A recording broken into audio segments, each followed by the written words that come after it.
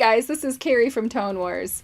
Thank you so much for tuning in tonight. We're really excited to hang out with you and to have you be part of our community. If you like what you see here, here's a couple ways you can support the channel.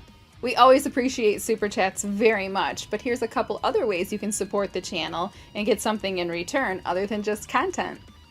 If the Super Chat feature doesn't work for you, or if you're watching after the live stream, Jared's PayPal account link is listed below. Any donation of any amount is greatly appreciated. Since the show is sponsored in part by Motor City Guitar, we've included an affiliate link below. By clicking the link below, everybody wins. You're getting a great deal on some awesome equipment, you're supporting a store that has tons of inventory and great customer service, and you're supporting Tone Wars. And on top of all of that, if you live outside of the state of Michigan, whenever you buy anything from Motor City Guitar, you don't pay any sales tax. And last but certainly not least, you can visit our website at tonewars.com. The link is below. There you will find some awesome Kemper profile packs with the tone and feel guitar players love. You will also find presets for the very popular HELIX, HX Effects, HX Stomp, and Pod Go. Alright, the show's about to begin. We look forward to hanging out with you, so grab your favorite drink and join us in the live chat.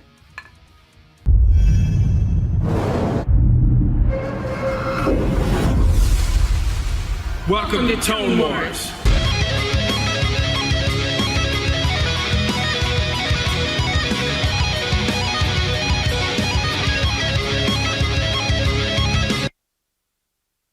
Hey!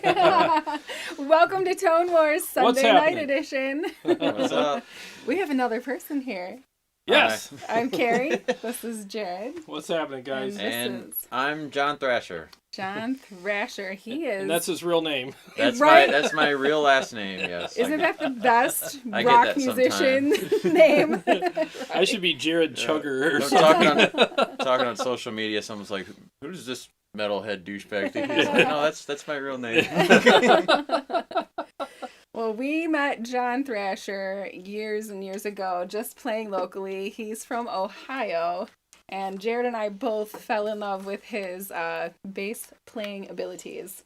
Yeah. We've been bugging him for years and years to do a solo album and maybe just collaborate a little. So he agreed to collaborate with us on just a fun side project. Yeah, finally had the time. Yeah. Said, we'll give it a shot, and then I'm He's one of those pretty in high pleased how it's demand turned guys. out. Good.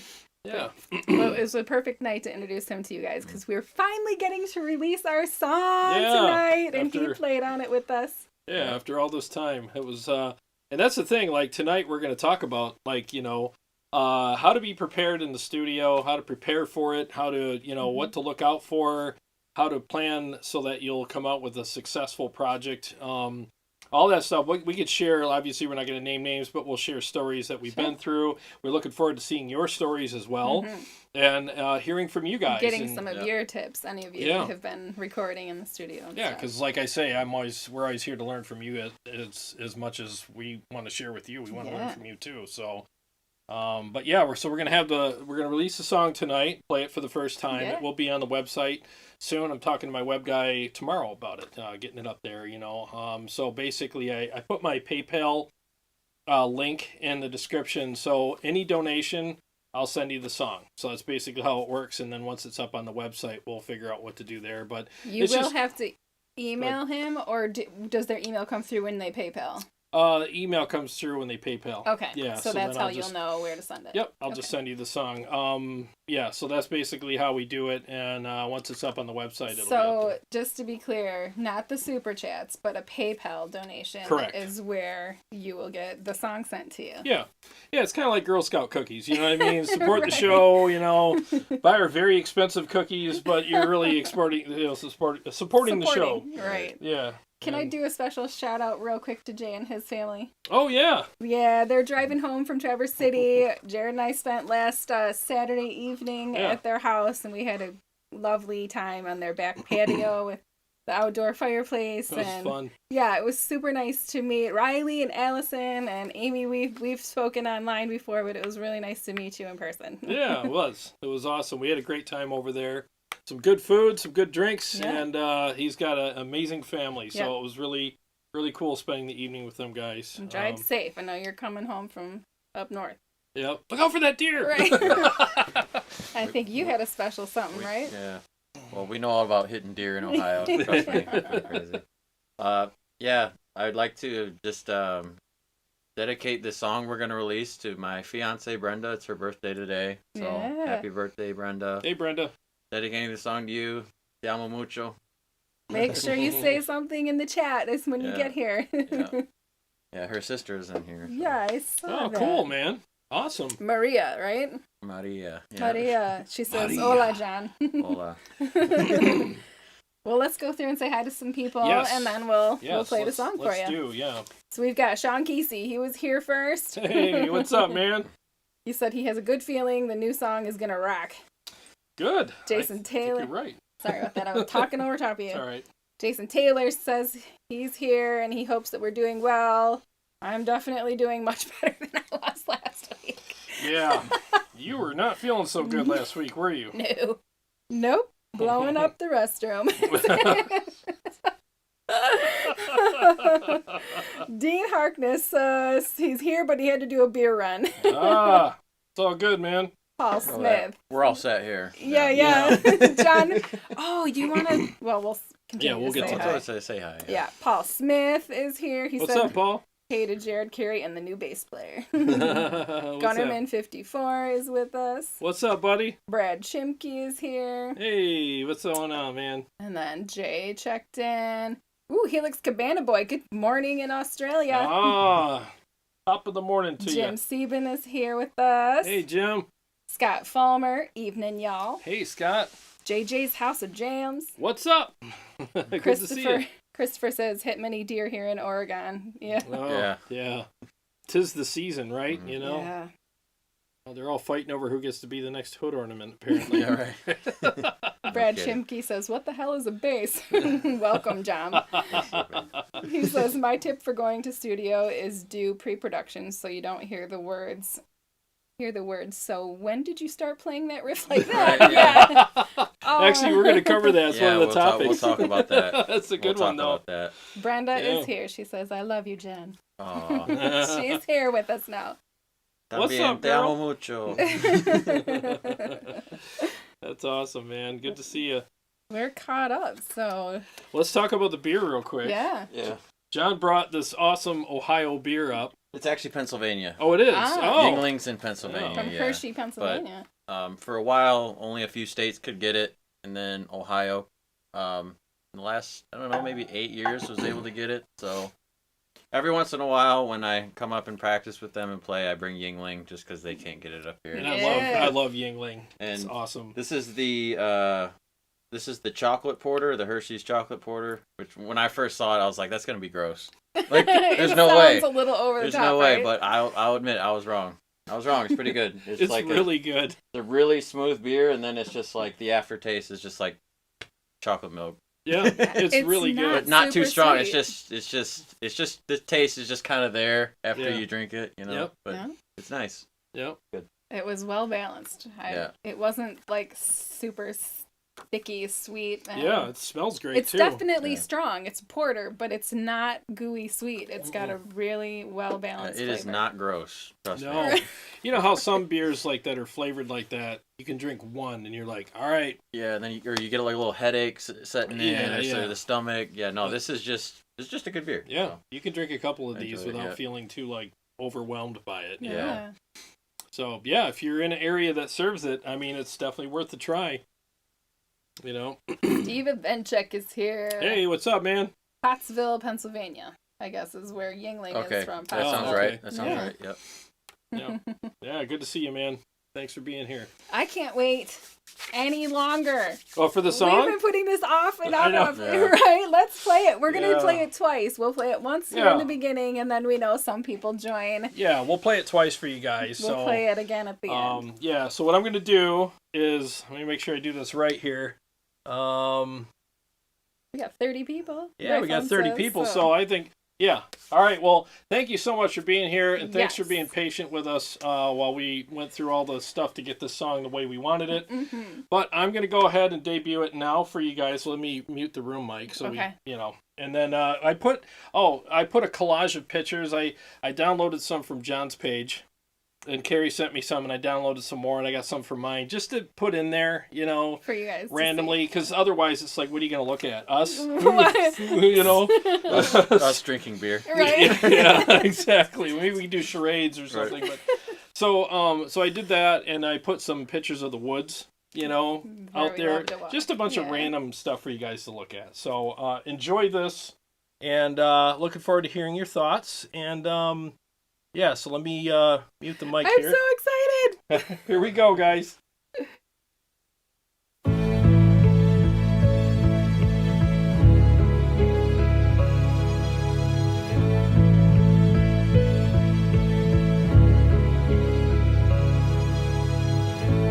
I'm so tired of being here, suppressed by all my childish fears. And if you have to leave, I wish that you would just leave, 'cause your presence still lingers here, and it won't leave me alone. These wounds won't seem to heal. This pain is just too real. There's just so much that time cannot erase. When you cried, I'd wipe away all of your tears. When you scream, I'd fight away all of your fears. And I have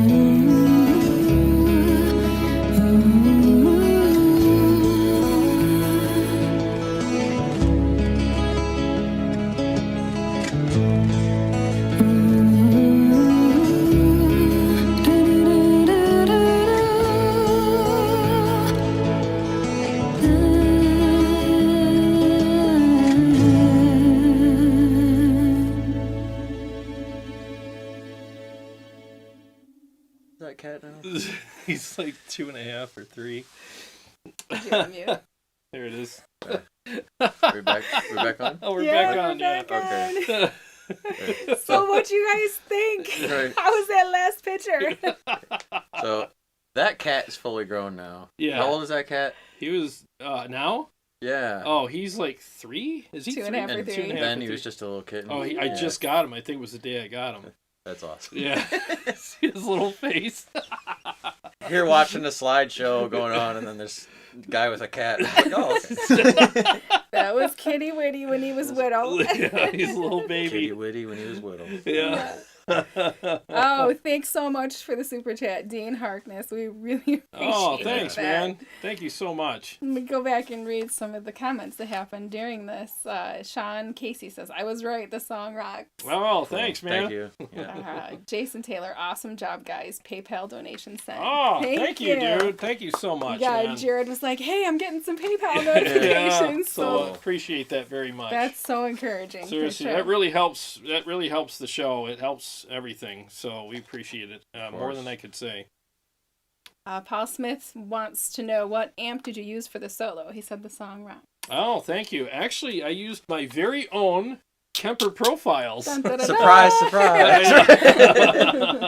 That sounded awesome. Thank you. Yeah. Especially when that mix came through, I was like, when we got the mix just right, I was like, dude, that guitar sounds perfect. Thank you. It sounded perfect. Yeah. Yeah. I so here's what I did. It was a mixture. On one side, I used the Stealth profile, and on the other, I used the KSR, and I mixed them together. And I think it was the Stealth that was the Stealth profile. That was the guitar solo. So that's basically what I used. Yep. There's some great comments here. Oh my gosh. I just want to say, even the rhythm playing, that nice thick chunk with a good tone on it, that was all really good. Thank dude. you. I really liked it. Yeah. Yeah, I appreciate it. I think everybody really killed it. I mean, the bass tone you got. I mean, the playing. The more than just following the kick drum kind of bass playing that you do. It's more musical. It fills the song up nicer, and it's distracting in a good way. In other words, it's like the listener's like, oh, I don't know what to listen to. You know what I mean? It's like getting a plate full of different all your foods. favorite things. You're like, I don't know where to start. You know. So, and Carrie you. killed it. Like, the vocals were, you sang your butt off. I mean, serious. I'm surprised you could still sit on your chair without sliding off. Yeah. I mean, it was just amazing. Like, remember when we were in the studio and I was going to do like a little solo outro solo to lead us out, and I'm like, you know what, because she already did a little of that, and then I was going to take it from there. I'm like, why would I crap all over that with a stupid guitar solo? I'm like, you know what, just do it. And literally what you heard at the end of that song was her ad-libbing. It was literally her just going, all right, I'll go back in there and just finish it then. And then she just did it, and we were like, cut, print, done, you know, like, Thank you. nothing else Me and to Jared do. we're like, Yeah. that works. That's bad. Not bad. Right. You know. That's Anything my else? favorite, though. I love doing that. He'll play, just sit down and play, and now that the three of us are sitting down and playing together, I can just ooh and ah and kind of ad-lib. And She vamps all over stuff. Let your soul make the music. Yeah. You know? Yeah. Love it. You're a good vamper. Thanks. Yeah. Vox Pathfinder says, Kiri has a good voice. Ooh. Christopher says, damn. Damn. Awesome. Congrats from JJ's House of Jam. Thank you. That's on fire. Awesomeness from Gunnerman. Thank you. Dean. Go ahead. Well, I was just going to say, we chose to do a cover. One of the things that I like to do when I'm working with people for the first time, like this is our first time working with John. So what we decided to do is like, let's do stuff that we're kind of familiar with and see how that works as far as like gelling together. And doing a little bit, because we wrote part of this song because we actually rearranged it. You know, there was not, I mean, the guitar solo was not there in the original. Right. I mean, at least the one I played wasn't. So, and then we, that whole breakdown after the solo, I put that in there. So we did some rearranging with that.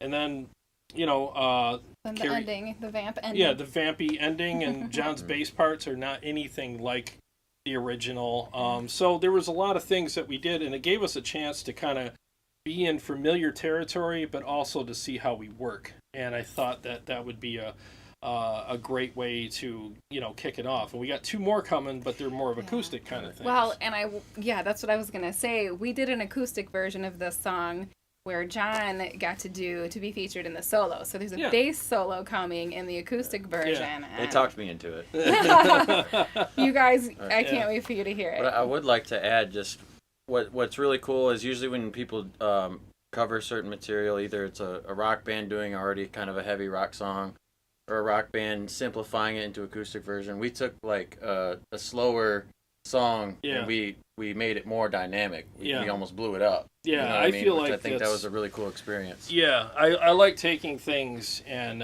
making mountains out of molehills musically. That's basically what we did. And by no means, My Immortal by Evanescence is one of my favorite songs. Yeah. That's why I brought it to them. Yeah. And asked if we could do this and put our own spin on it. Yeah. And Jared liked it so well that we got to do an acoustic version as well. Yeah, it was fun. So by no means were we thinking that's it needed to be better. It just is something that I have loved and wanted to pay homage to. For sure. Yeah, I mean, in my opinion, like if you're going to do a cover, I think you should put your spin on it because people want to hear your take on it, as opposed to doing the same thing except it's different musicians and singers. That's good, but I like to take things and kind of drop kick it. Catch up. All right, let's do We that. gotta catch up. Vox Pathfinder says the acoustic part at the end will get the song on the radio. Wow, that'd be nice, right? That would be nice, but thank you. Mike Jacobs says, great. The emotion and power came across clearly. Beautiful job.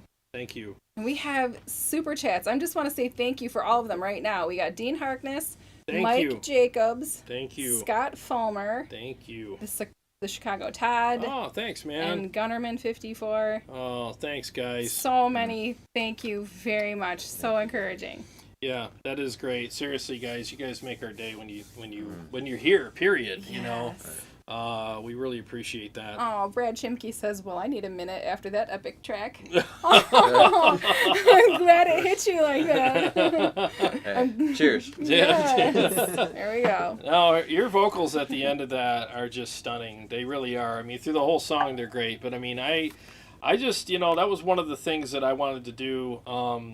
I like to do in any project is, when you hear, I think the best things that you can do when you're working with other people is to let them shine. A lot of times, the best thing you can do as a musician is stand aside and let someone else have a moment that deserves it, and give people space so that they can breathe and they can put their talent or their spin or whatever it is that they have to offer out of their soul, their heart, their mind, or whatever instrument they're playing, give them space to do that, because honestly, those are the things that make the song great, or a whole project or an album great. And it's like they say, it's sometimes it's the notes you don't play, and this is a perfect example of that. Is like stepping aside and going, I'm not going to do a guitar solo. You do it, because I heard what you did in the vocal booth for the first part of it. And, why wouldn't people just want more of that? So I'm just going to sit here on my happy butt and let you do it, Like what little Allison said last Saturday. What? When we were at Jay's house, we were just meeting for the first time. We're sitting out eating pizza, and she's like, so obviously Carrie's great singer. And what do you do, Jared? It's funny. It's like, I thought that was so funny. Apparently not much. Right. And what do you do? What do you do? I set her microphone up for her. And, is that the right height for you? Oh, Allison, thank you so much for that. She's a great kid, man. I think that's a very wise approach to music too, and I think you hit it on the head when you said, giving Carrie kind of that outro. That was like our really a good way of putting our identity onto the song. I think that really put it in served really the song. It served the song greatly. And that's really what you do. Those are the best things that you can do, is serve the song. And when you're in a project where people don't have egos, you know what I mean? And you're like, and you don't want to begrudgingly like, oh, I don't want to give her that part. She'll just gloat about it for the next 2 weeks. But it's not like that. For her, she's a very humble person. And for her, it was just like, oh, you guys really want me to do that? We're like, yeah, give us some more ear candy. Go in there and do your thing. And it was beautiful. And it was like, literally, that was the first take. What you heard at the end was just her going, all right, and she shut the door, they played the track, and she did it. And we were like, done. She was one with the music. It was one with the music. Yeah. A little sweaty mess, but it happened. Yeah. Brad Shimke says Allison 1, Jared 0. Oh, and Brenda commented again. She said, you sing very beautifully. You sound incredible. Thank you. Wow. It means a lot. Thank you, Brenda.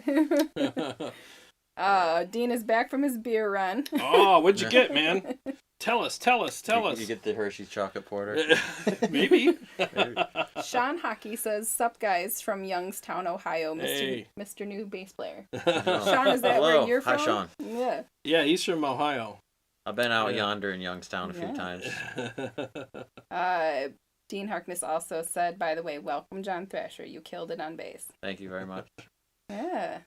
So do you want to talk a little bit about our studio experience and just give a little bit of background and tips and what we've learned and let's talk about mistakes we've made? Oh yeah, for sure. Like, and we're not just talking about this experience. This is pretty much like we walked in there, with a lot of experience behind us already. So we took that with us, and still learned some things because we always do. I learn something new every day. You always do. You for know, sure. but we want to talk about all of the culmination between the three of us, anyways, and you guys. What experience we've had. And we made a list of like topics and like little things to be. That's my other job description. Yeah, List exactly. maker. Vamper and list maker. Right. Yeah. So go ahead. Right off the bat, we wanted to talk about expectations, discussing your expectations with your studio engineer, and having him tell you what his expectations are. Yeah. I mean, I have basically we'll go through the. Sure. The three of us here. I'll kick it off with mine. One of my biggest expectations, and I say this to any engineer, I don't care what level they're at. What I expect is the first mix when it comes back should be 80% of what it should be. We've discussed. Yeah, it should be 80% of what the final product should be, and the 20% that's left in there is subjectivity because, they can't read your mind. Can't read your mind. Mind reader, right? Yeah, everybody's got different versions of, I thought you wanted this or that. Here's my version of what I think you wanted or whatever. And the fact that the guy's not perfect. There's going to be room for imperfections and things that he may have missed because he's doing I look at it this way. I do pressure washing. When I wash tons of sidewalks, I get all the gum off. I always miss a piece of gum or two because after a while you just don't see it anymore. You know, it's just...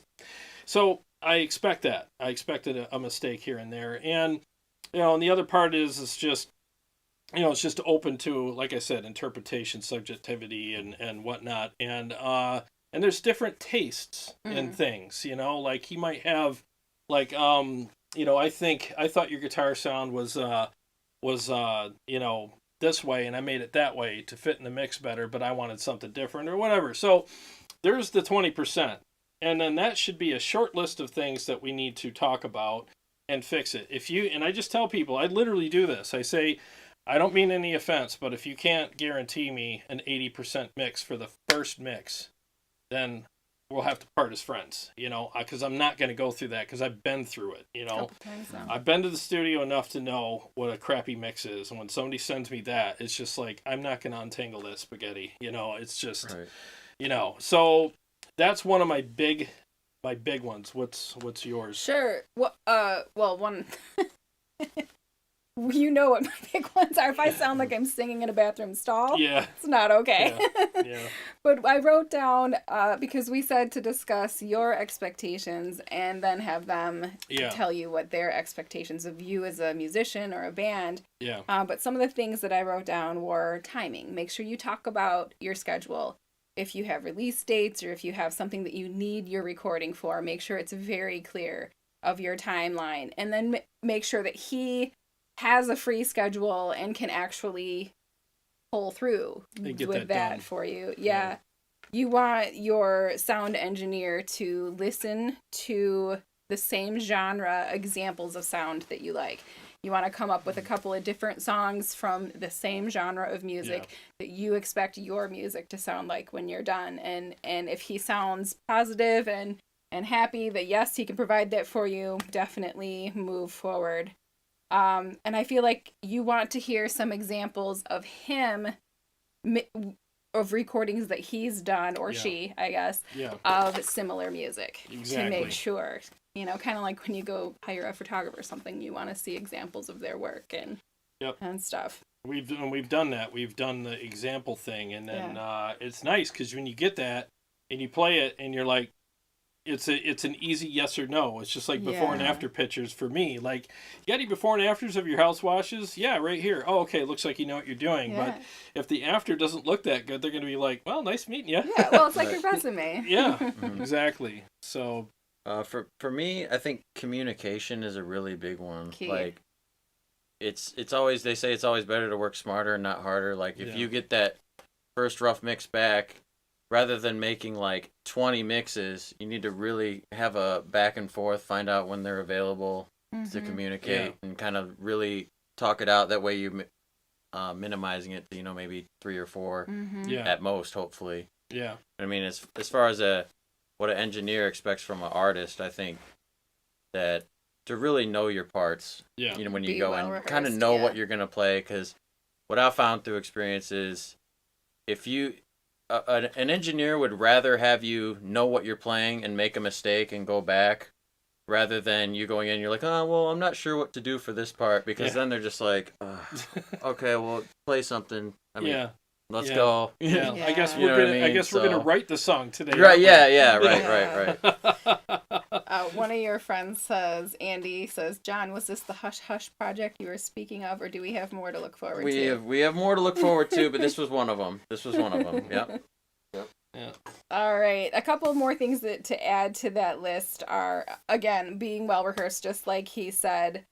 Make sure that you bring snacks and water with you so that you don't have to keep leaving, and taking breaks, and it just makes the day super long. Obviously, if you need it, go get some dinner or whatever, but for the little things. And create a positive environment, too, because, if somebody's struggling or stressing out on something and everybody else in the room is in a good mood and really enjoying what you're doing, I think it brings out a good performance in everybody. And a collaborative nature about each other as well, being able to help. And we want the sound engineer to have a good bedside manner too. Oh, yeah. You want them to be inspiring, to offer tips and. Well, I remember when you were doing some of the vocal tracks. Yes.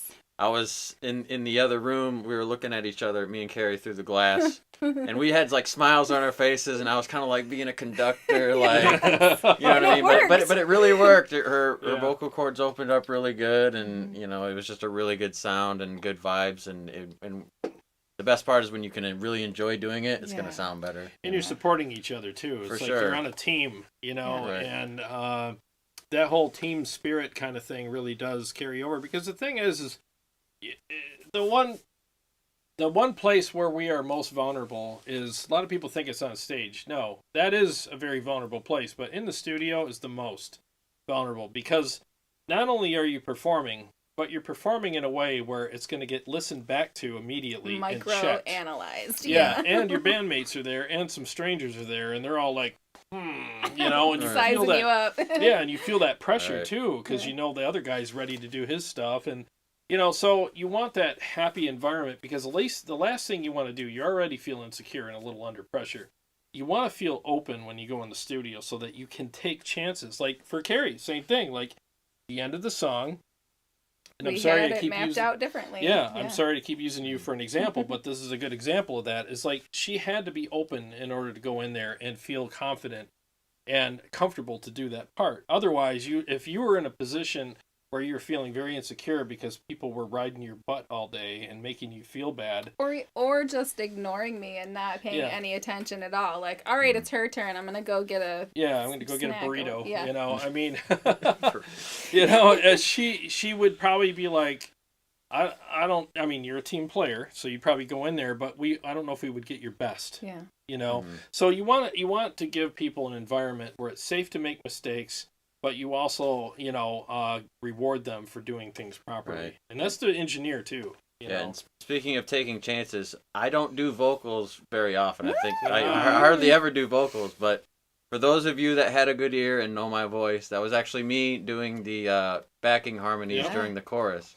Yeah. And it was, like you said, you want people to feel comfortable taking risks, and I was like, guys, I want to try this. Yeah, They you were did. both very supportive, and Yep. it ended up sounding great. Yeah, so. it did. Yeah. Yeah. I told him before we went live, I was like, no matter what happens to this little fun project that we're doing, Yeah. he's always my studio backing vocals. Like, his No, voice is Yeah. like butter in the Yeah. back. Yeah. It's like amazing. It was good. Yeah, I definitely don't feel like I have like a lead tone for like a singing voice, but being in the mix, I was almost I was like, yeah, I sound pretty good. It did. I want my was autograph. It works, it works, pleasantly it works, yeah. surprised.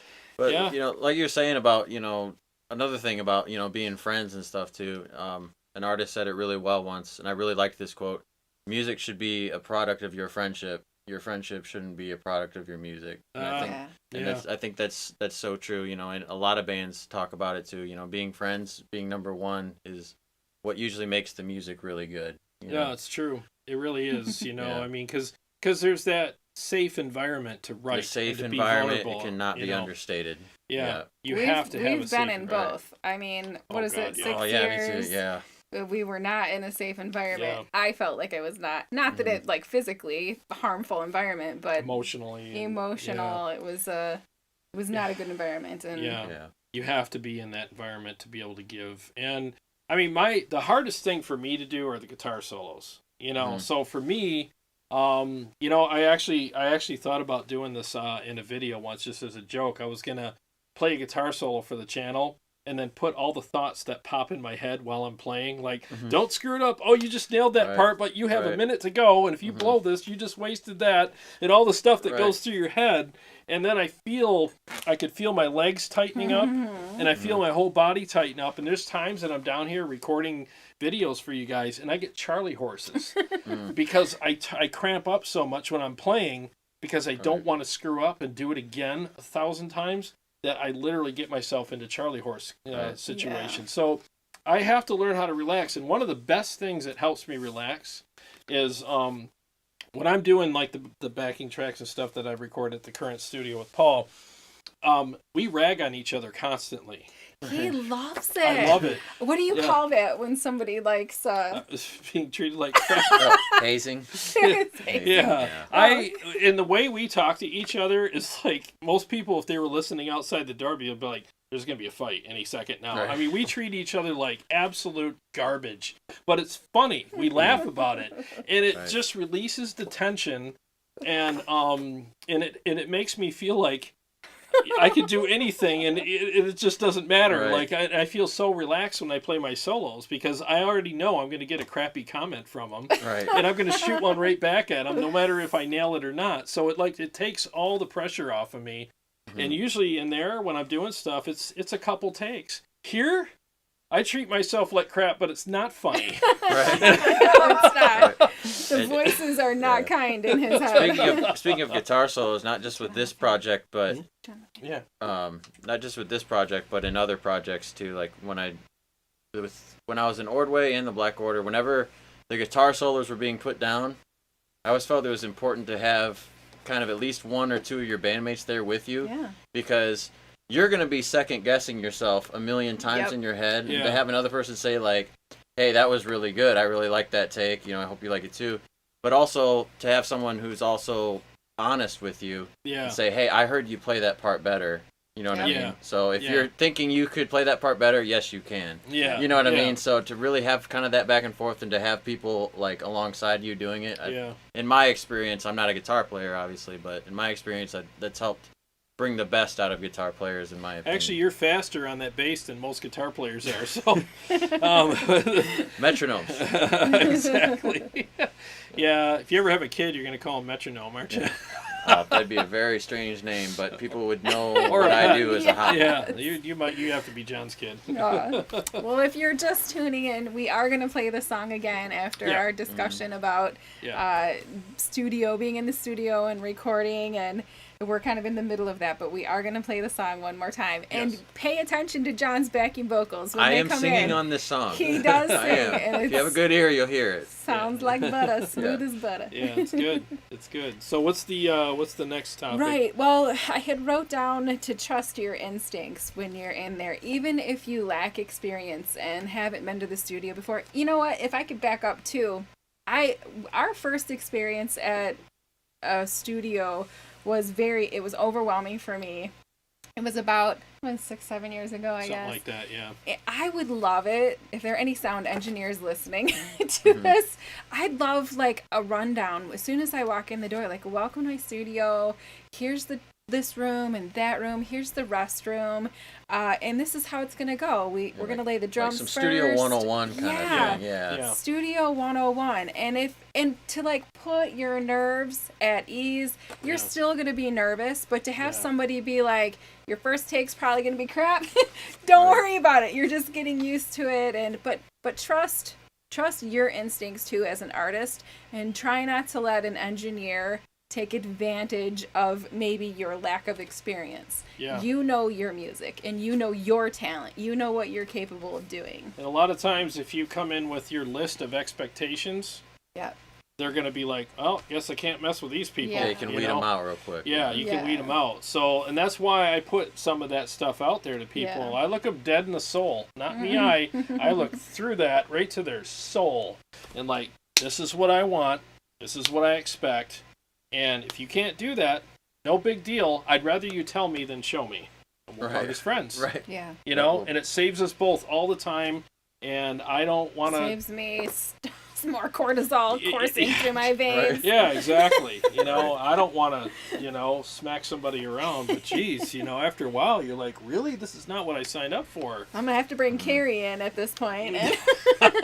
Don't mess with Mama Bear. Yeah. Right. So, Another thing I like to point out, sometimes be careful who you work with, because if you know yourself as a musician, don't second guess yourself if you're working with a crappy engineer. Yeah. You're like, wow, am I really that bad? No, Yeah. you're not. no. You know what I mean? Yeah. Someone's just not putting up their end of the deal. Exactly. So what's the next, I was gonna read this real quick. Dave Rebel says at Tone Wars, "Hi guys, my workday Hey. is done. I'm glad you're still live. I hope I didn't miss much. Hi, guitar gearheads." Oh, he's what's going on, Dave? I missed Dave's call today, and I apologize. I've literally been swamped today setting up this episode, so... but I'll get with you. yeah, we've got Xenox or Zeno Oh, what's from going Ireland. on? Yeah. what's From going Ireland, on, buddy? wow. Yeah. Oh, we yeah. get people all over the That's world, awesome. man. It's great. We love it, man. We have so this would be after you've recorded these next set of Oh, can we cover the other thing before we get to that? the Okay. reamping. Yes. Yep. Yeah. One of the biggest rules, too, this is another big one of mine. We are only naming one, so let me add this to it.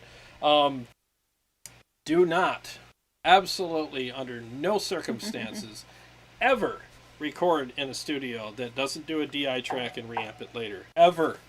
I don't care what they say. I don't care what they promise you. I don't care if they say we got the best amps and we've done this and we blah, blah, blah. Don't do it. Don't do it. Period. That is a run, Forrest, run situation, I mean, seriously, you just... If they don't reamp and they don't do the DI tracks, you are stuck with whatever you recorded with. And our Rain album, they promised me that. And I thought, because I didn't know, it was several years ago, so I didn't know. I was just like, oh, so you're going to reamp this later? He's like, yeah, we'll take care of that. Well, so I'm recording with this inferior product, thinking the whole time, I don't care. It's just I'm just recording with it's a this, moot and it's point, getting the yeah. job done, and we'll reamp it later. Well, we're going on to mix time, and I'm like, hey man, when are we going to get to that guitar thing when we reamp it and stuff? And he's like, oh, well, you're supposed to use a DI for that and a VST in my computer. He's like, we were supposed to do that. He goes, I'm like, what do you mean? We're stuck with this? He goes, yeah. And I'm like, are you freaking kidding me? Like, dude, We I just... spent months Months. We in spent the studio. 8 months, I think, doing this album, and it's a prog album, so that's probably one of the reasons. But, anyways, and I'm like, I'm stuck with this crappy guitar sound now, and I'm like, you got to be freaking kidding me. So now I know better. Now I know what reamping is. 7 years ago, I didn't, but now I'd be like, where's the DI? Where's the VST? Where's the So because here's the thing. If you come in with a guitar sound that you're sold on and you think I just bought this amp and it's amazing or whatever, or I've always used this, it doesn't matter because it has to sound amazing in that mix with these particular instruments, this drum kit recorded in this room with these mics and these keyboard sounds and these backup vocals and this kind of compression, and it's all got to fit in that. So if you, it doesn't matter how good your amp sounds on its own. It has to sound good in the mix because the mix is the final say on what's going to work with your amp and your tone. So if this way you're not stuck. You're literally like, oh, this guitar sound is terrible. All right, we'll just reamp it through something else until we find something that works, or we'll use 2 different amp tones or whatever.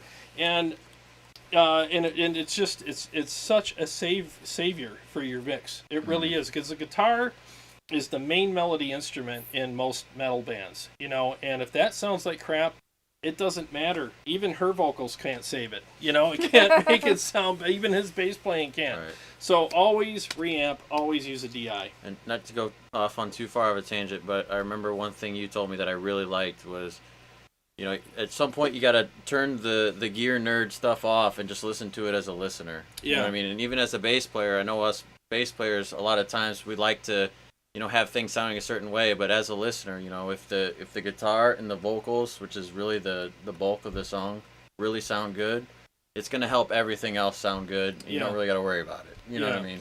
Well, and that's the other thing too. To a little bit bounce off of what you're saying. I know you want to read that so bad. No, I'm fine. Okay. I'm listening. Let us do our thing. Do it. Yeah, she's always keeping us on point. Right.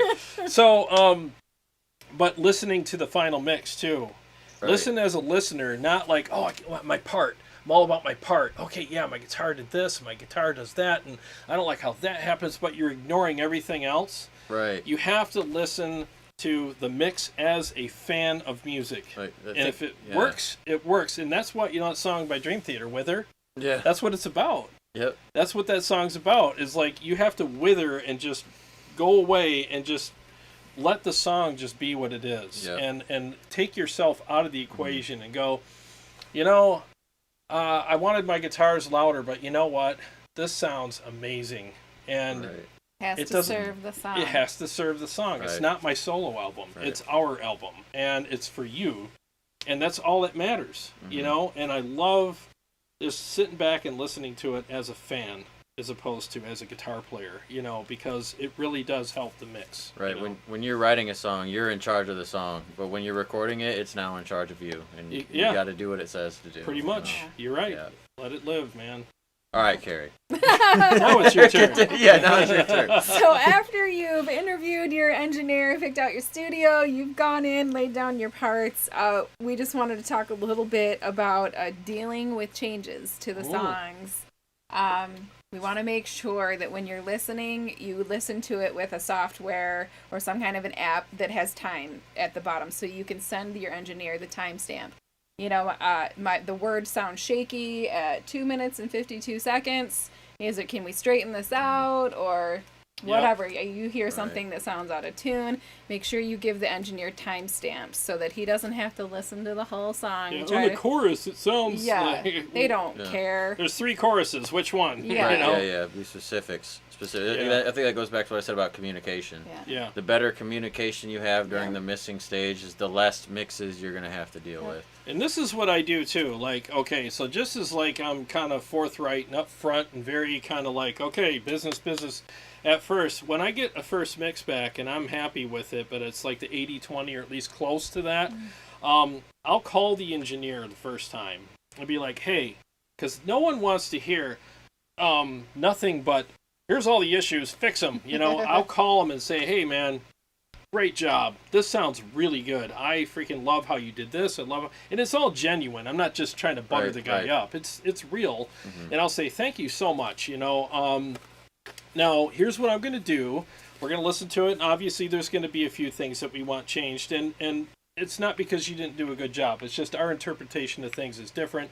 I'll give that quick explanation so that I keep a rapport with the poor guy. So then I'll send you the thing, and just like what Carrie was saying, we'll listen to it, and it's just basically timestamp, issue, fix. Resolution. Yeah, exactly. And just boom, boom, boom, boom. So when he gets the list, it's just simple. He can just fast forward to the timestamp, fix the thing. And usually it should be like a total of 3 total, like back and forth, fine tuning, whittle it down, and then boom, there's where we're at. The better the communication, the less mixes, the better. Yeah. Yeah. Yeah. Because you don't want to start out with a freaking nightmare of a mix and be like, I don't even know where to start. And we've been there. We've been there. And you know what you do with that? You have a come to Jesus meeting with them. Right. And again, not to get too far off on a tangent, but I've worked with an engineer before who the deal was you get one mix, notes, and then one final mix. And then it's like, well, no deal, because if you still screw something up, then I'm not going to deal this with is it. I'm not ours going to pay for the extra. rest You're of right, your lives. Yeah, you're not going to Right. throw crap against the wall and expect it to stick, and then for us to be like, no, and then you're going to charge us for that? Like, no, I'm... You got to reach an understanding of what's expected. Yeah, so don't... And that's where the 80-20 thing comes in. It's like, okay, I will go with that, but you have to do the 80-20. And if you don't, then your deal is null and void. So that's how you do that. Jay had sent a couple of his tips. He says, be wary of an engineer that says you can fix it in the mix. Yes, that is... Yeah. As soon as you hear that, beware. You're absolutely right. And he also said, make sure your gear is studio ready. Right? Ah, that's a good one. Yeah, for sure. Yeah. Please send some more tips, you guys. Yeah. We're giving you ours. We want to hear yours as well. Yeah, absolutely. Paul Smith says PayPal is sent. So that thanks, man. if you're just tuning in, Jared is doing something tonight where if you send a PayPal donation, he'll send you the track. Of any amount. Of any amount. A donation of any amount, he'll send you our new song. Yeah, and we appreciate that very much. It's kind of our way of, well, literally singing for our supper, but it helps keep the channel going, and we appreciate it. Brad Shimke says, I'd give a Nobel Prize to whoever started reamping DIs because it's very psychological to the player if it doesn't sound as good as you'd hoped. Yeah. You're so right, dude. You really are. I mean, DI recording and reamping literally will save a bad mix. It really will. I mean, I know, because our Rain album that we released, I'm stuck with that crappy guitar sound forever, and there's nothing I can do about it. And so much time. if so I had a much DeLorean money. with a flux capacitor, I would, oh my God, I'd go back and be like, hey, where's my DI stuff? Yeah. Right. And I'm going to pick up a sports almanac. Matthew Force joined us. He says he's late to the party. Hey, what's up, man? He just listened to the new song and it sounds great. He's from Motor City, right? Yeah. Thanks, I remember. buddy. Cool. Thank you. And a big shout out again to Matt for the episode I did with the 5150 from script to stealth. I just released that really early Last this morning. night, yeah. Yeah, morning. I went to bed at 3:20. That's how late I was up Very doing that. specifically, 3:20. Yeah, 3:20. 3:20. And if it wasn't for Matt, that episode wouldn't have happened because he was kind enough to lend me his script 5150 amp, which are very rare and precious. So I thank you so much, dude. Appreciate that immensely. All right, so next, the things that we wrote down are listen to the mix on several different medias. Yes. Don't just listen to it off your phone. Right. Oh, I used to love that. We had a band member in a previous band a couple bands ago that we got a mix back one time, and he was like, man, there's just no bass in this, and I was just, and I knew this guy, and I knew he had, there was a 6-pack, it just missed all that plastic stuff that held it together. So, and I was just like, what are you listening to it on? Oh, my laptop. I'm like, dude, like, there's no bass in your laptop. Right. There's plenty of bass in the mix. Because if they turn up the bass and then you go listen to the laptop again, you're probably going to break your laptop. Exactly. Like, dude, listen to it on a decent system. But in several different. Yeah, like, let's do it a couple. You should kind of do two extremes. You think, what do most people listen to music out of? One is their phone. Yep. Right, so listen to it through your phone. Earbuds. Or earbuds, right? And then the other one is the car. Yep. Yeah. So if you sound good on the phone and in the car, you're probably going to sound good on everything else, Yeah. Earbuds, Bluetooth speaker. This is my list. Earbuds, Bluetooth speaker, my studio speakers here, and my home theater system upstairs. And your car. Oh, and my, oh yeah. 5. I didn't mention car. Sorry. And my car. Yeah. So, and if it doesn't sound good on all of those, then it's a crap mix. But usually if it sounds good on like some of those. If one or two of them have a glaring issue, Yeah. then it's going to be glaring on pretty much all of them. You know what exactly. I mean? So. Yep. Yeah. You big dummies here. Hey, what's up, man? You big dummy. I love that name so much. He says, be sure your engineer isn't driving his first train, and don't believe he's an engineer just because of the long billed blue striped hat. Everybody wears one. Everybody can buy one of those, right? That's right, man. Yep, interview up front. Yeah. No, you really do. You want to hear the mixes and take a tour of the studio. Oh, and while we're on the subject of that, I've been to studios that had gear that was stacked so high, God used it for a footstool and still walked out with a crappy mix. Yeah. Right. You know, so it's not really all about the gear. The most important person or the most important piece of gear in studio is the dude sitting. It's the engineer. Yeah, sitting at the desk, like doing all the stuff. I mean, you know, because there's engineers right now that could take Dixie cups and string and mic and amp and sound better than some of these guys with the $1 million studios, and they don't know what the hell they're doing, you know? So don't get fooled by awesome gear. We also wrote down you want a detached person to listen to the mix as well. If it's you that are going to the studio, are emotionally invested into it. Yeah. You know, sometimes you've listened to it so much so that your ears are dead. What do you call it? Studio lock. Demo lock. Yeah. You want somebody not attached to listen to it. And I think that goes back to what we talked about having listened to it as a listener. Yeah. You know what I mean? Because that person's going to remove all bias. They're not going to think about your bass tone. Yeah, they're not going to think about which profile you use. Yeah. You know what I mean? They're just going to be like, you know, oh, well, I thought the vocals were a little quiet. It's like, boom, there you go. Yeah. You know, we might have thought the same thing, but...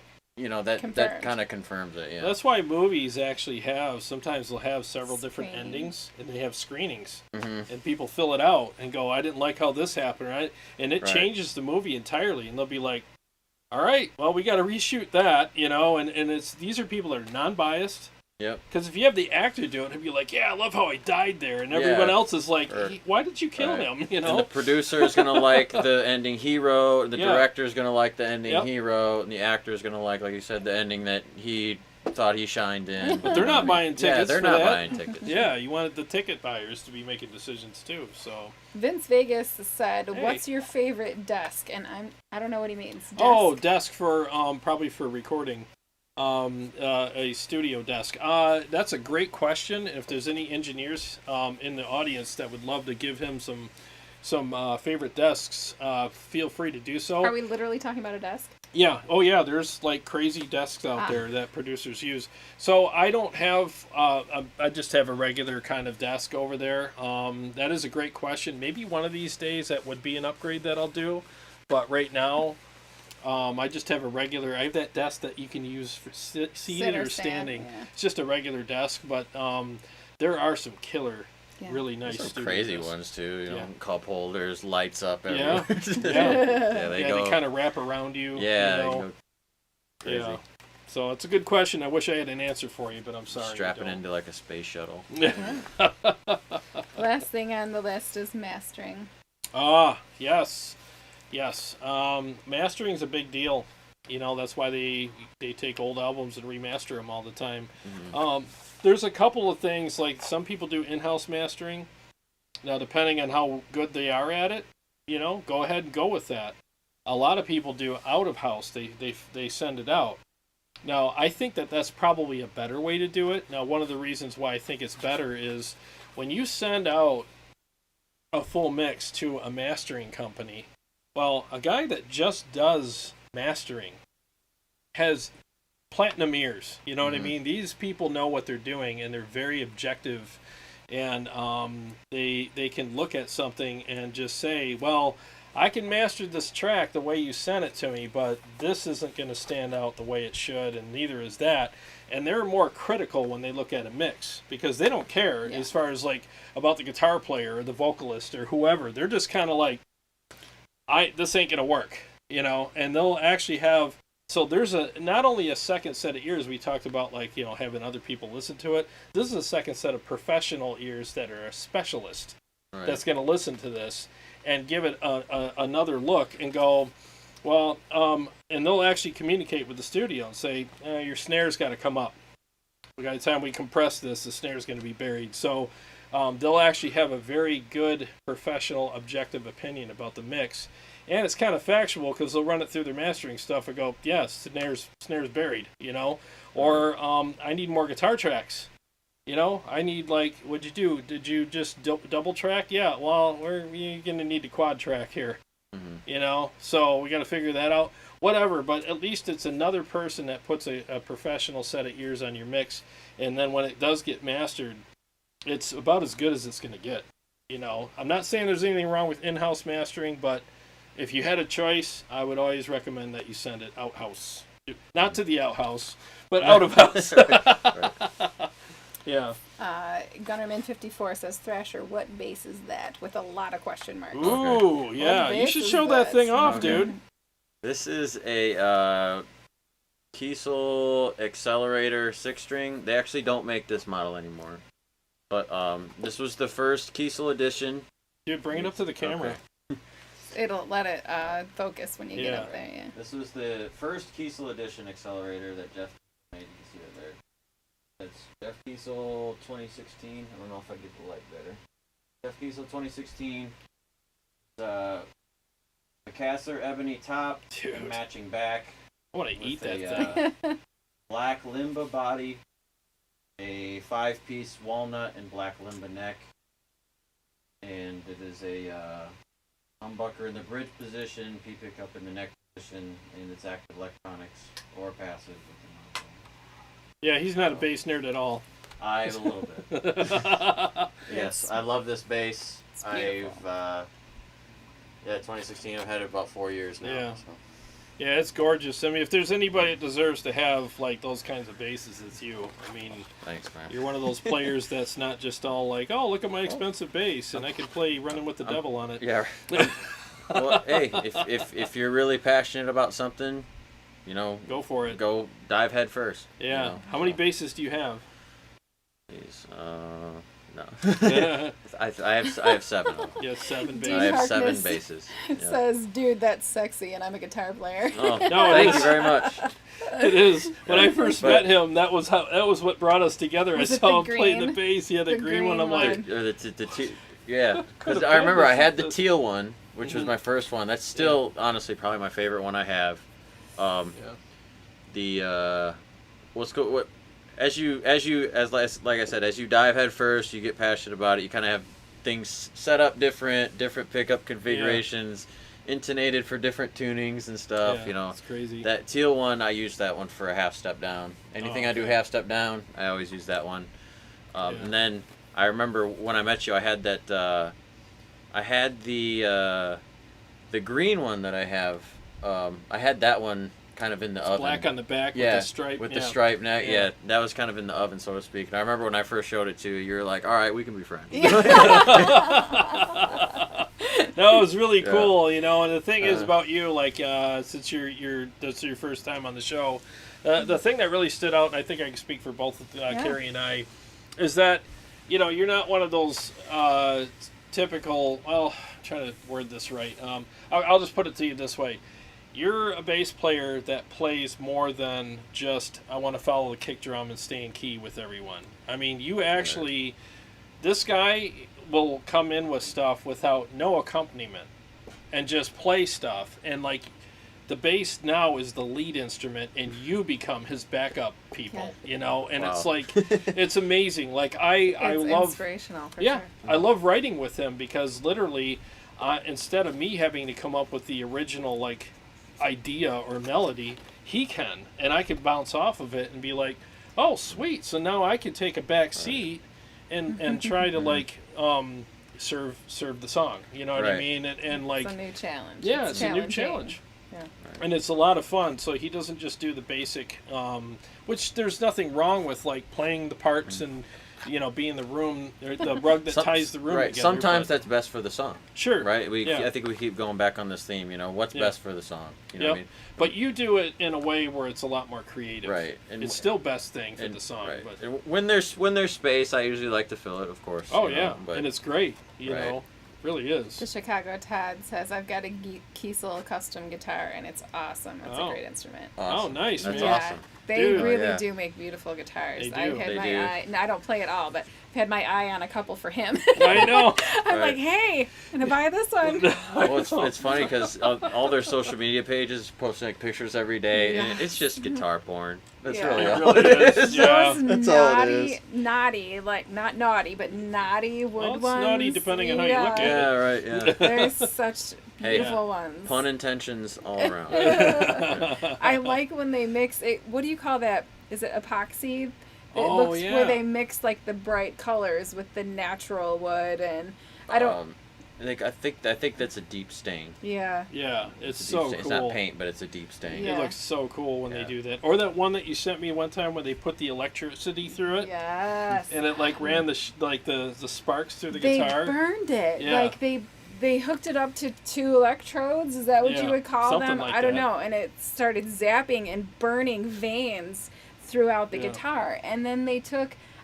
I'm not sure exactly what it was called. I thought it was called It was epoxy. a resin, some kind of a resin. Yeah. Yeah. And they dumped resin Yeah. in They it. filled it? Yes. Okay, I know what Oh, you're talking about now. Yep. She's like, you have to buy Gorgeous. one of these, and I'm like, I wonder how much that is. Dude, some of those tops like $1,000 just for the top. Yeah. Yeah. Just for the top wood. Yeah. $1,000. Yeah. That's crazy. I love guitars, don't get me wrong. Yeah. I mean, I have a pretty decent collection myself, but if I'm going to buy a piece of gear, it's probably going to be something with some horsepower in it, you know, Right. on an amp, Mm-hmm. you know. Because the only where I can go now with that is like get a different color. Right. But Well, it's down the same. well, So a quick story. When I first met you guys, with just the gear he was using and the sound he was making, I was like, "You like John Petrucci a lot." I know it's funny. And he's like, "Yeah, you know what gave it away?" I was like, "Totally the guitar tone." But I think what matches you really good is, you know, you have a few Majesty guitars, 6-string, 7-string, kind of like how Yeah. I am, different tuning, different Yeah. setup, and you don't really need anything else in the guitar department. You know what I Yeah, mean? yeah. Now it's just kind It's of just amps. exploring the wormhole of Yeah. tone. You know what I mean? Yeah, I might have So- a twin jet here sometime soon. Yeah. We'll see. We'll see. That's awesome. You know, yeah. I mean, it's just fun to get into the gear. I have some episodes about that coming up too. You know, yeah, I totally dig the amps. I'm an amp guy. For Yes, sure. he is. Let's see. Andy, Adam Check. I'm not sure if I'm going to say this right, but Allie and Jar, will John happen to be your studio bassist on your next album release? Does he mean Carrie? Carrie and Jared, will John happen to be your studio That's probably what bassist he meant. on your next album release? I mean, if I ever had a chance to bring in anybody to do that, then yeah, if John's available. I mean, the thing is Yeah. he's kind of in high demand. Everybody wants him, so it's kind of hard to get him to commit to a lot of things because You're non-committal. The answer would always be yes. You know, just if I have spending time, time and work is like, you know, we all have lives outside of this. You know what I Yeah. mean? And Yeah. I live a couple hours away from here, so I try to come up as much as I can. You know what I mean? But you know, Yeah. it still takes a lot of time. But every time we're up here, you know, like I said, the friendship is kind of producing the music, and it's been nothing but a great experience. So, Oh, good. Well, so to Love answer to your hear question, that. Andy, 99% chance yes. If they asked me to do some studio work, I would Okay. absolutely would. So. all right, I'm gonna timestamp that and send Okay. it to you. If you ever say Okay. no, I'll be like, bro. And I'll say 99%. Yeah. James Miller says, I played bass in a couple of bands just to make money, and people would bust me out after the show and say, "You're actually a guitar player, aren't you?" Yeah. Yeah, it's a hard instrument to play. It is, you know. I mean, people look at it and go, "Oh, 4 big fat strings." Well- It's like, well, What's beautiful about the bass, honest to God, is a beginner can sound good playing it, but then you can also be the guy who takes a lifetime to master it. yeah, You know what I mean? If you pick it up and learn like a Nirvana song, that's awesome. Yeah. That's an amazing Yep. thing that the It bass is. can do, especially for a beginning musician. You know, you Yep. can figure out how to place the frets and just play. yep, And it's a very great instrument for beginners. But, you know, like I said, you know, when you get into like the Victor Wooten, Steve Bailey, John Mayung even kind Yeah. of players, you're like, okay, that is going to take a lifetime Yeah. to get that good. Yeah. Yep. You know what I mean? So it's Yep. a never-ending spectrum. But it helps you stand out because you don't want to sound like everybody else, and Right. that's why you're in such high demand, is because you know what you're getting when you get John Thrasher. You're going to get a guy who's going to collaborate with you, push you, expect a certain kind of level of musicianship out of people. Yeah, if I And- can interrupt, that was one thing that I appreciated about you in the studio as well, was that you showed that you Right. cared, and Yeah. you know, he was like, I'm not putting my name on this, we gotta still fix this and this Yep. and this, and I really appreciated that. Yep, You were for in sure. there with us and cared, I, and I think at some point everybody really needs to have high standards. You know Yeah. what I mean? Not just for yourself, but for the people you work with too. Yeah. For sure. No, you're right. You're right. Steve Evenchik says, our bass player is like that, amazing. He just bought I'm gonna slaughter this, he just bought a Sadowski, I a think I said Ritter, that right. Yes. and an Alnembic, Alnembic. He said he never heard of him. I've never heard of it either. Mm-mm. I know Sadowski though. Okay. Oh, cool. Yeah. Yeah. Well, we'll just give you a warning. We're gonna play the song again here in another minute or in two. another minute or two, yes, we Yeah, will. I know you wanted to talk about upcoming episodes. You just released something, and there's a topic of gain that seems to be super popular. Yes. I decree Right. here and now today by the king. No, I'm gonna do an episode about gain. I've been wanting to do it for months, honestly, and I'm at the point right now where I don't have any other choice. Yeah. I have to do an episode about So many gain. comments about Jared's gain. Yeah, it's funny. Go ahead. Right. Well, so that's what I was talking about, because I think that's one of the most basic things that is often misunderstood about dialing stuff in. So yeah, take it away. But I think that's an awesome idea. I have to. I have to do an episode about it because I need to give my perspective on where I'm coming from when I dial in an amp and why I dial it in that way. And I also need to kind of give, I don't know, like all of the ins and outs. Like I want this, and I don't mean this because I'm the know-it-all. I say this with the greatest amount of humility. I almost want this, I'm going to approach this episode as it's done. It is finished. Right. Here's the episode about gain. So if there's anybody out there Anybody that wants has to fight with me? no, You can just reference it back in the future. yeah, who are you talking to? Huh? No, it's one of those things where it's like if anybody ever has questions about it, people will want to send this to them and go, "Oh, dude, check this episode out. Let me send it Right. to you." I want it to be that informative, you know. Yeah. And again, not because I know everything. I just want to research some things, give my perspective on what I've experienced and why, and give all the ins and outs that at least I know about it, and so that it can almost be one of those done. So anytime anybody comments on one of my videos, "Bro, this is a lot of gain, bruh," I can go, click, copy, paste, Link. watch this. Watch this, Here's some yeah. perspective for you. The greatest teacher in the world is perspective. So that's really what I want to do. And failure.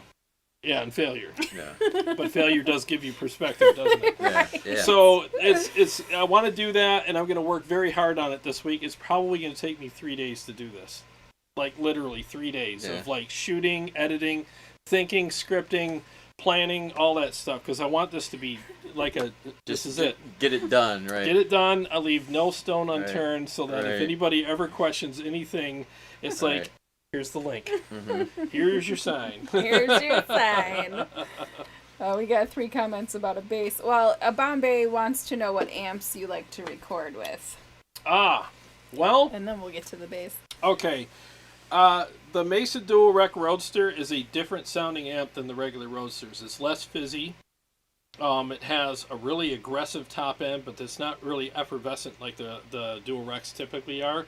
It's got a really nice attack, but it's fat as hell. If it was an airplane, it would be a bomber. It just Right. pounds the ground. I mean, it's just an amazing amp. So I would absolutely record with that. And if you mix it with the JP Mark II C Plus, where it's more focused, but it's still pretty huge sounding, I think those would be a great combination together. Or mix it with the EVH Stealth, which I think would be great. But if I ever went in the studio, looking around here, and the Ingle Savage, the channel 4 on that amp for like rhythm and lead, That's hard to see there. it's just That's all right. It's just absolutely amazing. That is one hell of an amp too. So, dual rack Roadster, JP Mark II C Plus, Ingle Savage, and a Stealth. Can't go wrong with any one of those. And I would always combine one with the other, never both on each channel. Always do mixed recording. So Brad Chimke says, we pick on bassists, but their tone and what they play lays the foundation for the final product and is extremely important. Yes. For sure. Yep. Scott Fulmer says precisely, the bass is easy to learn, but it takes an eternity to master. Yep, yeah. that's the perfect way. That's better than how I said it. Yeah. If you ever want to be appreciated as a bass player or learn how to appreciate your bass player more, it's funny, like when we've been in bands before, right? And then there's times when the bass player stopped playing and it's like, what happened? like we just sound like wimps right now. Like all the is gone, you know, it's like the fullness is gone. So you can always tell when a bass player stops. And another thing about bass playing, I'll interject, is if a guitar player makes a mistake, everybody knows, okay, the guitar player made a mistake. You know what I mean? If the bass player makes a mistake, everybody's looking around. The like, whole band is like, Did you do? Everybody is Who like, farted? Yeah. All of a sudden, the band sounds like crap. Yeah. Not just one person, The but the whole whole band. sucks. Yeah. The vocalist like- is questioning herself. Yeah, it's And like, that what is happened. going on? It so happened. That was up at it's a so a what the heck is going on moment. Yeah. I'm like, I feel like I'm singing this right, but it sounds like crap. And it turns out it was the bass player that was bass player was just one fret off, chugging along. You know what I mean? It wasn't him, it was somebody else. We were playing at this one club, and I think he forgot to step on his drop pedal. Yep. Yeah, so he's playing out of So key he's the playing whole out of key song. the whole time, And and he's I'm like, pulling her. I can't find it. I just can't find it. I'm looking at Jared like, what are you doing to me? What? And I'm looking at her going, what are you doing to me? Right. What are you doing to all of us? Nobody even questioned the bass player. Yeah, right. He fessed up later, though. Yeah, he's like, That was me. I farted. Yeah. What are you doing to me, man? Right. It's got to For suck sure. as a singer because you're hearing me as like the main melody instrument for your key, but you're hearing this alternate key that's just slightly off, and you're like, Here. Like they say, if the foundation isn't right, the house is gonna fall. oh yeah, and boy, Oh. during that song, we fell hard. we fell hard. It's a horror story. It was Yeah. bad. Yes. I'll never forget that night. You know, and unfortunately, I don't know if he watches our shows or not, but we had, before we played that show, there was a gentleman in another band. They played before us that night. He listened to our music online and sent us the nicest messages. Like, Oh, yeah. I'm so... His last name starts with an M. Massena or Jesse something. Oh, yeah. He sent us some super encouraging, like, oh my gosh, I can't wait to meet you guys and play with you. It's going to be an honor. Have you ever heard of the Machine Shop? I'm going to send the owners of the Machine Shop your music. It And was great. I can't wait. And that was the show where we pooped the bed that night. Yeah, it was just a giant fart. It was Well, a it was giant- just the one song.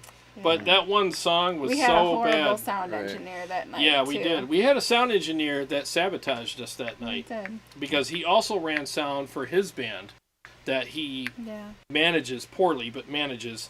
And no, I'll say it. I don't care.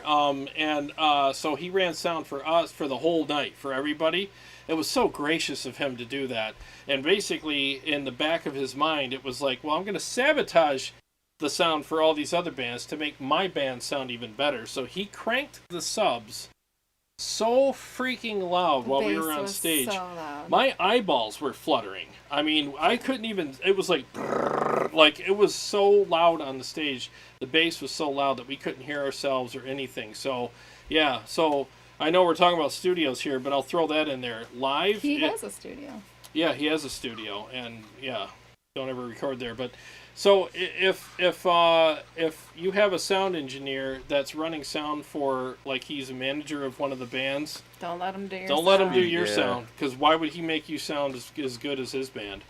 You know, so you're guaranteed to sound like crap. We you know? never heard from that other band, the dude from the other band again, though. I mean, we're still friends on Facebook Yeah. and stuff, but he quit messaging, and We there got was sabotaged, man. yeah, it Totally. was awful. That's sad because music's really, especially live performance, it's not a competition. You know what I mean? And for someone to be cutthroat like that is I guess the right word is just disappointing. Yep. Well, in live, it's not about serve the song anymore. It's about serve the audience. Yeah. Right. You know, it's like they're here to have a good sounding show. Why can't every band just sound for everybody good? to have fun? Yeah. Why would you want the salad to be wilted lettuce and spoiled tomatoes, and then the soup to be cold, and then here's the awesome steak? Yeah. It's like, well, I already have a sour It's like, stomach. yeah, somebody already left the restaurant. You know. Yeah. Everyone's puking in the bathroom while you're serving the steak. So. Right. Yeah. Steve Evencheks asked if you, John, the bass player, have a YouTube channel. I do not have a YouTube. I have a YouTube account, but I do not have a YouTube channel. No. Yeah. I've thought about it though. I've thought about maybe going into the studio. I got like maybe 5 to 10 covers in mind of all different types of music. From everything really. I've thought about it, but I've never really pulled the trigger on it. So. Maybe. You should do bass lessons or whatever online, because there's not a lot of bass players giving lessons online. I do bass lessons in Toledo. So if you're in the Toledo area, I do bass lessons at All Star Music. But ever since COVID and everything, I've kind of shied away from the bass lessons thing. But if anybody's interested, just find me, hit me up, we'll talk. John Thrasher, Jon. Jon. It's short for Jonathan. Yeah. So So you want to play the song again? Yeah. Let's play the So song all right, again. let's play the song again, guys. So let me you do that. So I'm gonna play the song. Don't forget to listen for John's backing vocals. They're there. They're there. Yeah. So 1 second here. Let me find it. There it is. Okay, I'm gonna mute the mic and play the song. Here we go, guys.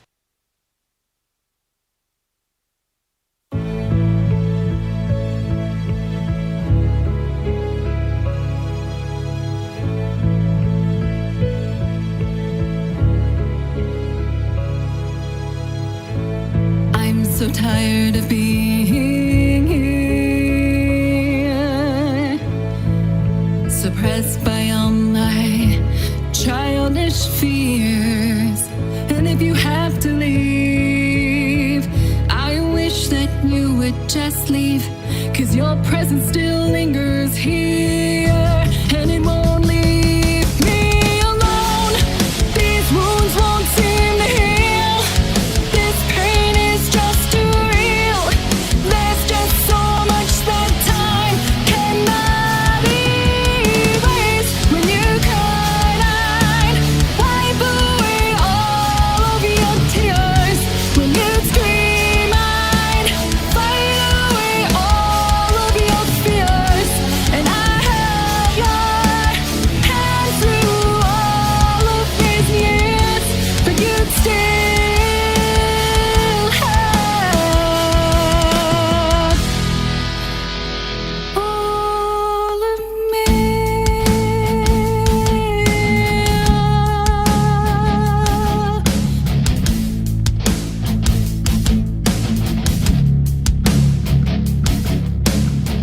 You used to captivate me by your resonating light. Now I'm bound by the life you left behind. Your face, it haunts my once pleasant dreams. Your voice, it traced away all the sanity in me. These wounds won't seem to heal. This pain is just too real. There's just so much that time cannot erase. When you cried, I'd wipe away all of your tears. When you'd scream, I'd fight away all of your fears.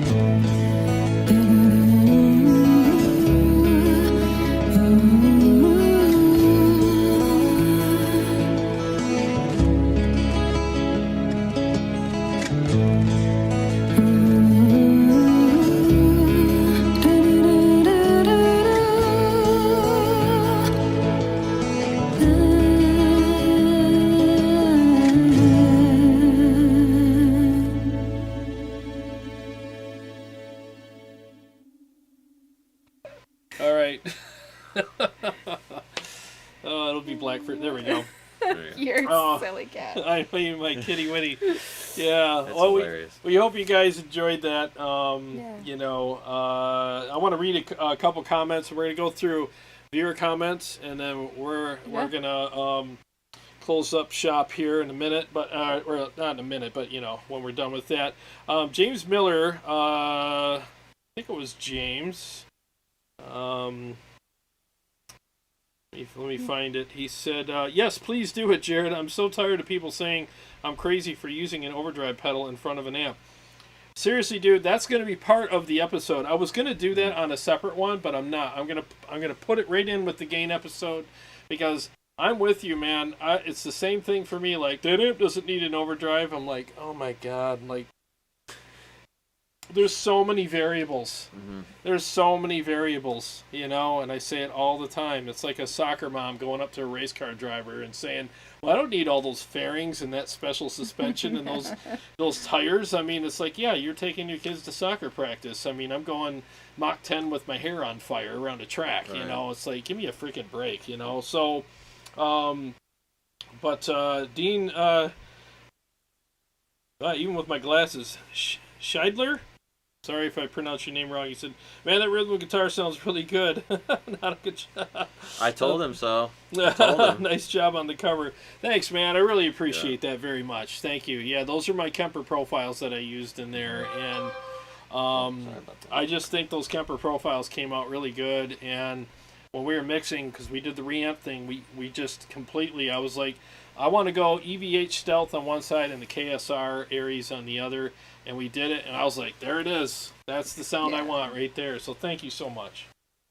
Yeah, I'm going to read some of your comments from this week.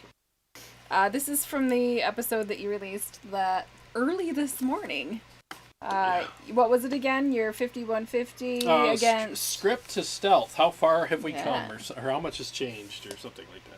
So Brandon Bryson says, but to comment on your actual video, for old school and more brutal stuff, the 5150 still takes it every time. Has a sizzle and grind to it that can't be matched. Also, lack of clarity makes it sound more pissed off than the EVH. For modern applications and for anything else, the Stealth all the way.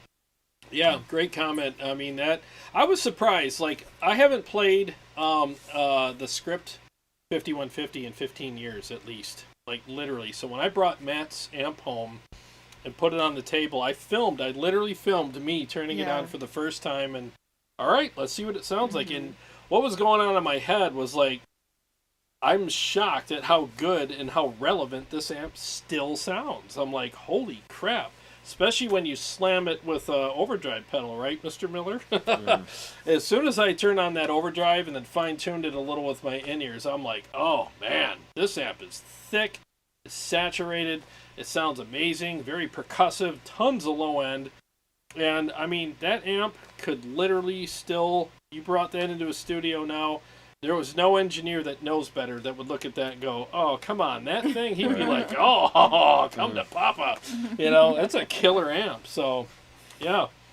All right. So CS, same episode, says, I think they both sound great, but how you dialed them in sends the OG 5150 into an awesome, gnarly territory. Yeah. I liked the way the 5150 sounded better in this comparison. It's just a more saturated amp.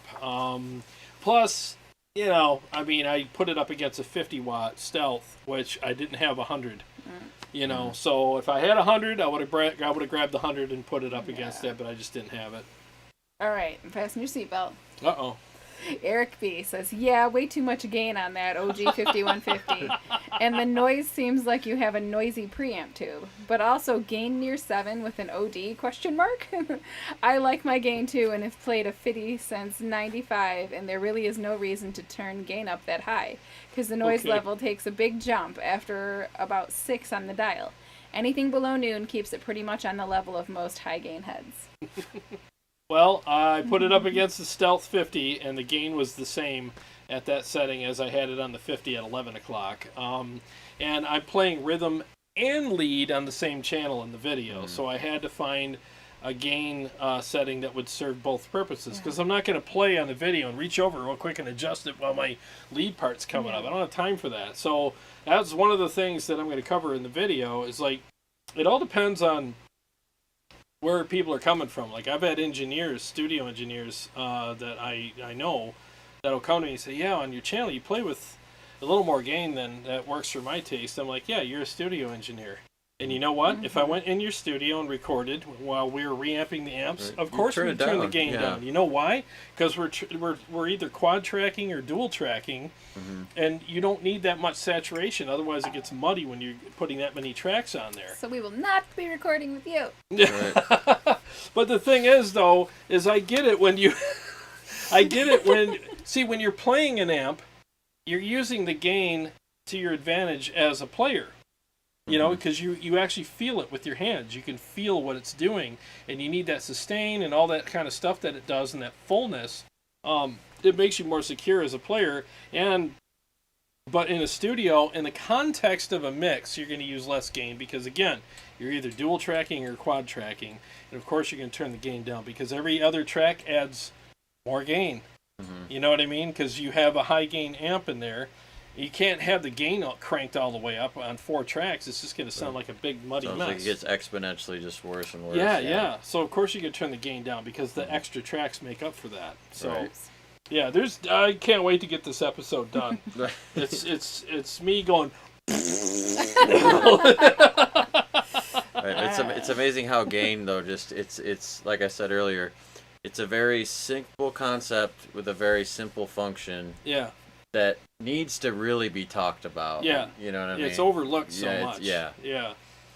So. All right, I've got 3 more comments. Okay. This one's from Vox Pathfinder. I know he was in the chat earlier. Hey, what's up, Dan? If I had to play devil's advocate and tell you the difference in sound from a casual listener, I would say absolutely no difference.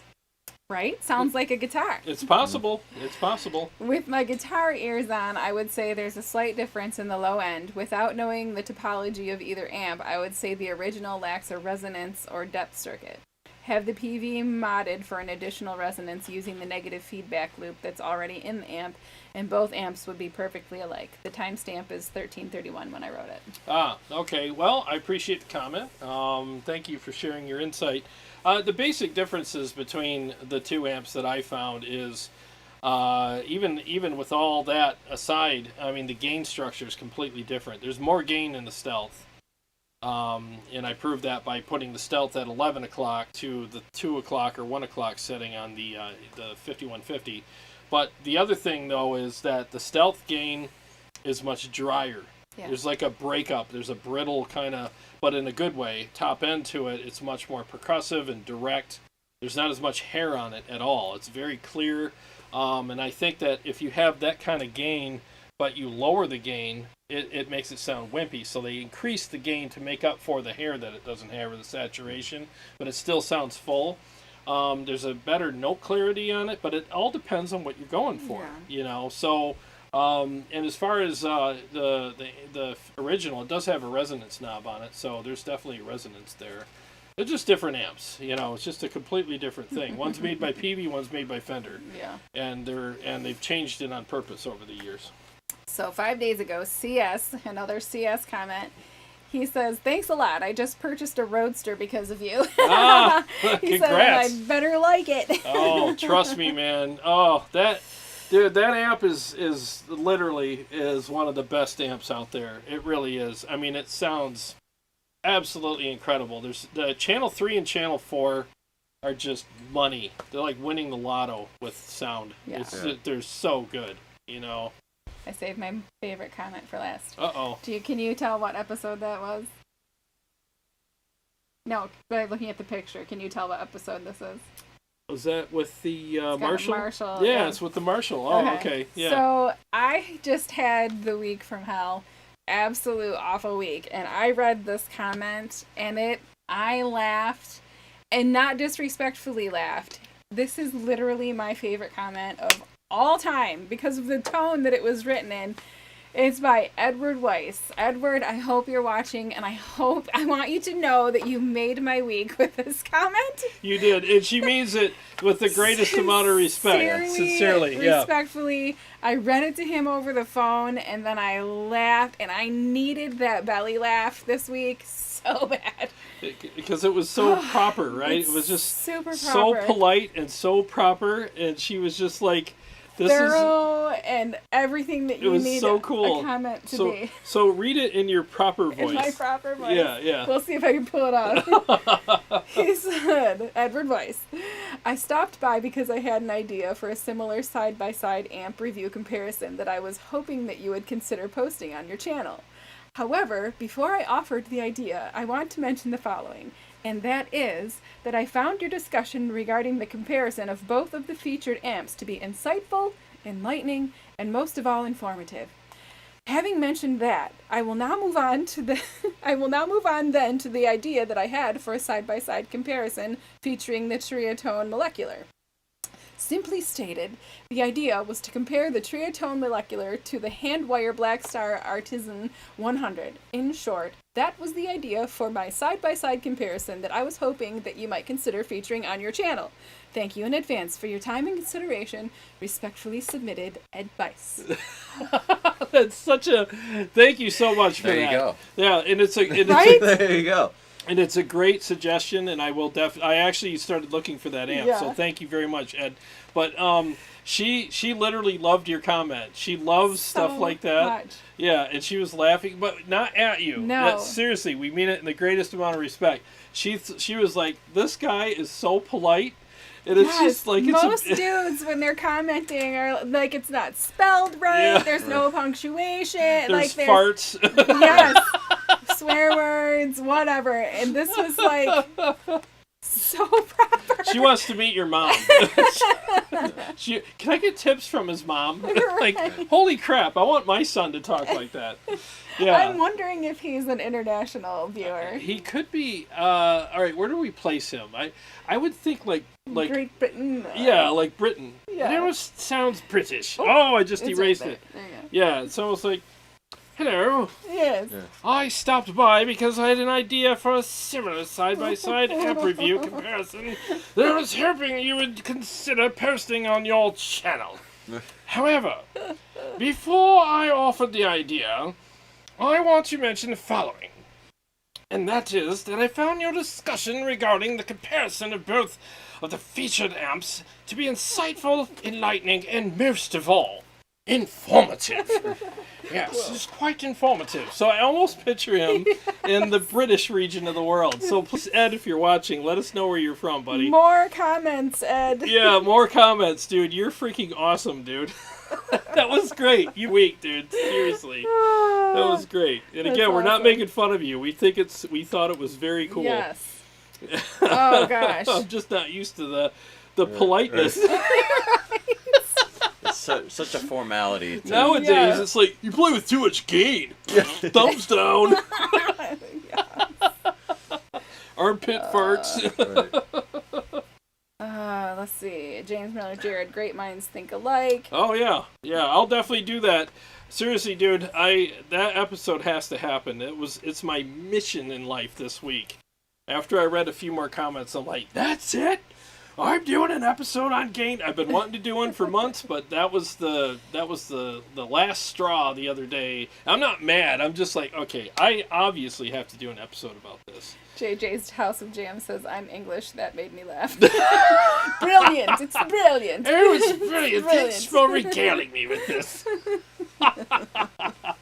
Oh, man. Oh, you're welcome, dude. Awesome. That was funny. No, Ed's awesome, dude. I want to meet that dude. And yeah, I know you want to meet his mom. Right. You know, Oh, we man. have covered the list. We've covered the gambit. Wouldn't it be funny if he's like, man, I'm from a trailer That's park in right. Alabama. What the hell are you talking about? Yeah, my dad used to You make didn't do it. shine. Nobody requested any Arnold tonight. No. Jay's in the car. Jay's and then- driving. Yeah. Yeah, no Arnold tonight. That's all right. We'll give Arnold a break for a week. Anybody? You've got like another minute. Anybody want to request Arnold? Don't forget, if you send Jared a PayPal, his PayPal link is up in the comments Yeah, or I'll the send description. you the song. He'll send you the song for Yeah. any amount of donation. Your Yeah. email will be in the Yeah, PayPal. it should be in the PayPal, so Yeah. I'll send you a song, and we appreciate it. Again, it's basically to support the channel. I mean, we put in a lot of work here, and it's just another way to, for us to keep things going, keep Yeah. the literal lights on. You know, there's lots of lights and stuff down here, but You know, Yeah. but we seriously, guys, like every week, we look forward to hanging out with you guys so much. I mean, it's the highlight of our week, and you know, we know that you have lots of things you could be doing on Sunday nights, and we appreciate very much the fact that you took time out of your day to spend it with us. We really do. And we want to thank John for driving up Yeah. Absolutely, on a my work pleasure. night. Yeah. My You know, work pleasure. in the morning. Yeah. Oh, that reminds me, video idea. Oh, You and yeah. I have some wicked beards coming along. Oh, we need yeah. to try that John Petrucci beard oil. The Nebula. We'll do a little Yeah. review of it or something. Maybe Yeah, I we can put some should. in my hair.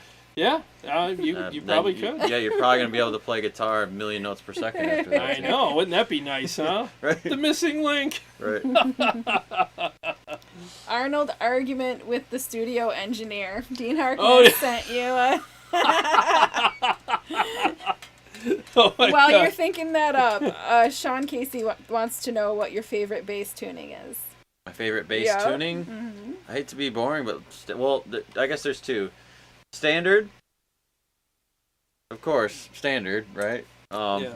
I just don't. Then, if I'm gonna do a drop tuning, I like to do drop A. So I just lower the lowest string a whole step. That way, I don't have to get too crazy with the intonation on the rest of the strings, because with a bass, especially with the long scale, it gets really hard to get the intonation just right when you're moving the notes that far. So I like to, just standard and drop A probably. I just dumped wine all over myself while you were Oh, talking. really? Well, you're not supposed to drink wine out of a skull glass. Yeah. I went like to get the last chug. I went like this, and it went. Right. There's no Kleenex already. I'm sorry, we were giggling during. It's all good. It's all good. The bass players cared. The bass players. All two of them. All right, so what is it again I got to do? Arnold arguing with the studio engineer, and then we're out. Okay. So who's the studio engineer? What's his name? Sven. No, Sven's one of our subscribers. I don't want to mess with him. Marty 5. No, He's he's a one of... subscriber, too. Yeah, where's Marty 5 where been? What the are hell, you? dude? Yeah, I haven't seen Marty 5 in a couple weeks. You're gonna have to come back, man. Let's name him Thomas. Thomas. Yes. Thomas, I just got the mix. It sounds like doo-doo. I told you 80-20, and you're like 80-20 the other way. It's 80% doo-doo and 20% good. But I'm not going to eat 80% of doo-doo to get to 20% good. Here's a huge list of all the things that we have to do to fix this doo-doo. It sounds terrible. I can't even believe you have a studio. You sound like crap.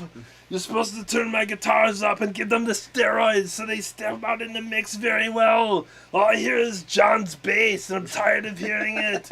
Him and his stupid harmonics and his little bass runs. I'm tired of hearing all this stuff, and her voice is covering up all my guitar. This is my solo album with them just being in the background. What the hell is wrong with you?